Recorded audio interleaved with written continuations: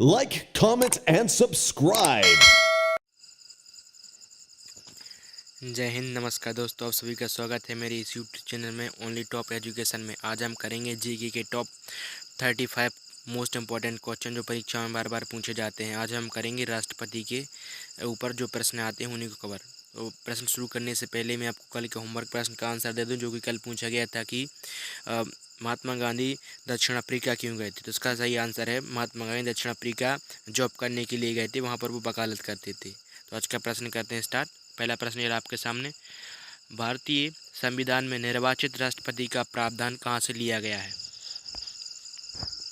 तो इसका सही आंसर है ऑप्शन नंबर ए, अमेरिका से।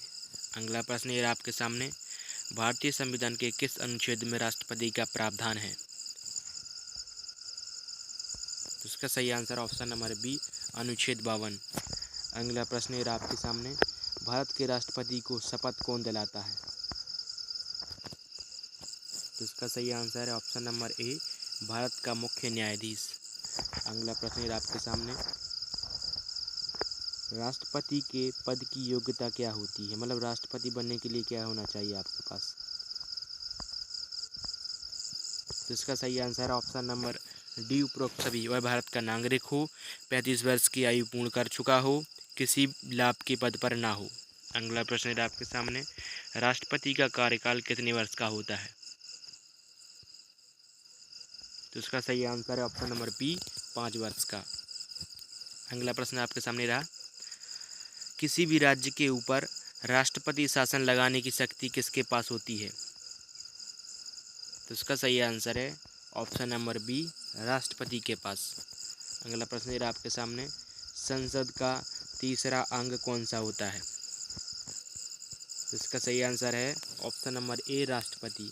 संसद का 2 अंग होते हैं, वो लोकसभा और राज्यसभा, और तीसरा अंग इसका होता है राष्ट्रपति। अगला प्रश्न आपके सामने, भारतीय संविधान के अनुसार कोई व्यक्ति कितनी बार राष्ट्रपति बन सकता है, मतलब भारत में कितनी बार एक व्यक्ति राष्ट्रपति बन सकता है। तो इसका सही आंसर है ऑप्शन नंबर डी, इसकी कोई सीमा नहीं, कोई भी व्यक्ति कितनी भी बार राष्ट्रपति बन सकता है। अगला प्रश्न आपके सामने, भारत के राष्ट्रपति पद के लिए न्यूनतम आयु कितनी होनी चाहिए। उसका सही आंसर ऑप्शन नंबर बी, 35 वर्ष। अगला प्रश्न आपके सामने, राष्ट्रपति अपना त्याग पत्र किसे दे सकता है, मतलब राष्ट्रपति अपना त्याग पत्र देना चाहे तो वह किसे दे सकता है। तो इसका सही आंसर ऑप्शन नंबर बी, उपराष्ट्रपति को। अगला प्रश्न आपके सामने, किस अनुच्छेद द्वारा राज्यों पर राष्ट्रपति शासन लगाया जाता है। तो इसका सही आंसर ऑप्शन नंबर ए, अनुच्छेद 356। अगला प्रश्न आपके सामने, संविधान के किस अनुच्छेद द्वारा राष्ट्रपति असामान्य स्थिति में अध्यादेश जारी कर सकता है। तो इसका सही आंसर ऑप्शन नंबर ए, अनुच्छेद 123। मैं आपको बता दूं, अध्यादेश जब जारी किया जाता है जब संसद के बीच कोई बैठकें जारी ना हो रही हों, मतलब कोई संसद के बीच कोई बैठकें नहीं चलती हैं, तो उसकी ऐसी स्थिति में मतलब जो कानून बनाना पड़ता है आवश्यकता अनुसार, तो मतलब राष्ट्रपति कानून बना सकता है, इसी को अध्यादेश कहते हैं। अगला प्रश्न आपके सामने, संसद द्वारा राष्ट्रपति पर महाभियोग की प्रक्रिया कितने दिन पूर्व सूचना के बाद की जाती है। अगर राष्ट्रपति पर मतलब महाभियोग लगाना है तो इसकी सूचना कितने दिन पहले देनी चाहिए। तो इसका सही आंसर ऑप्शन नंबर ए, 14 दिन पहले। किसके हस्ताक्षर के बिना कोई कानून नहीं बन सकता, मतलब अगर इनके हस्ताक्षर नहीं होंगे तो भारत में कानून नहीं बन सकता है, वह कौन है। तो इसका सही आंसर है ऑप्शन नंबर बी, राष्ट्रपति।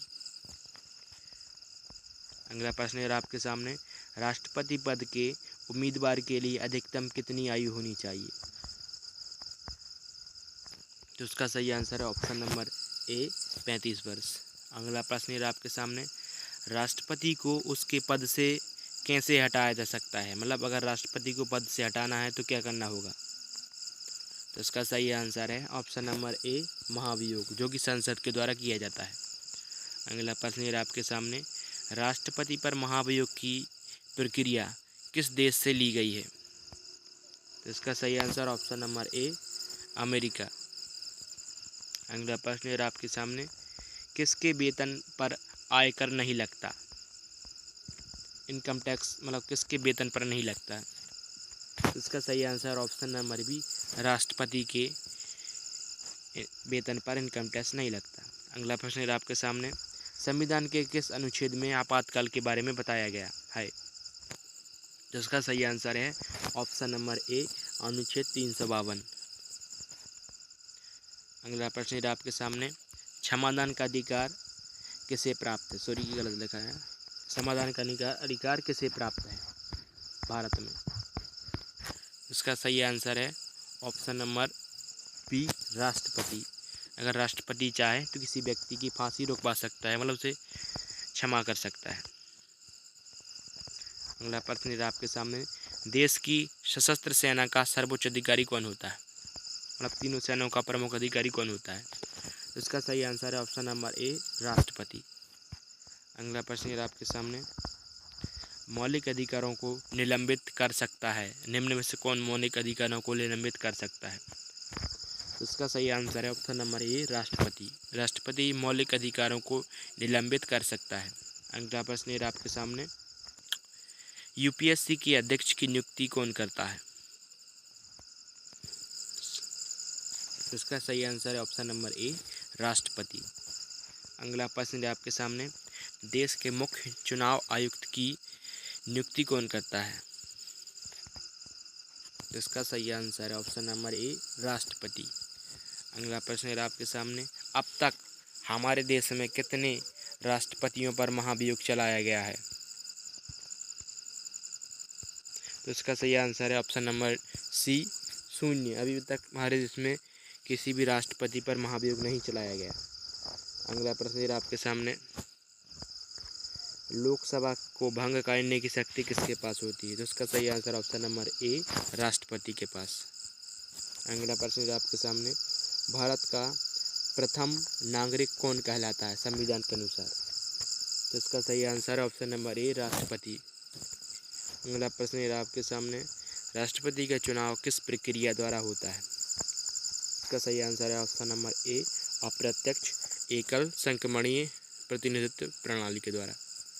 अगला प्रश्न है आपके सामने, आपातकाल लगाने की शक्ति किसके पास होती है? इसका सही आंसर है ऑप्शन नंबर ए, राष्ट्रपति के पास।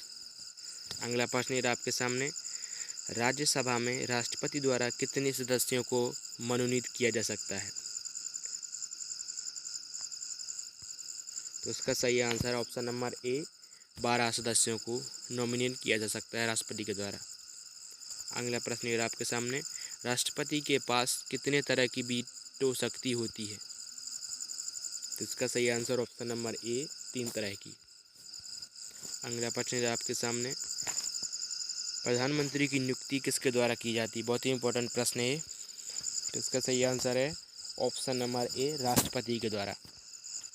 अगला प्रश्न है आपके सामने, भारत के प्रथम राष्ट्रपति कौन थे?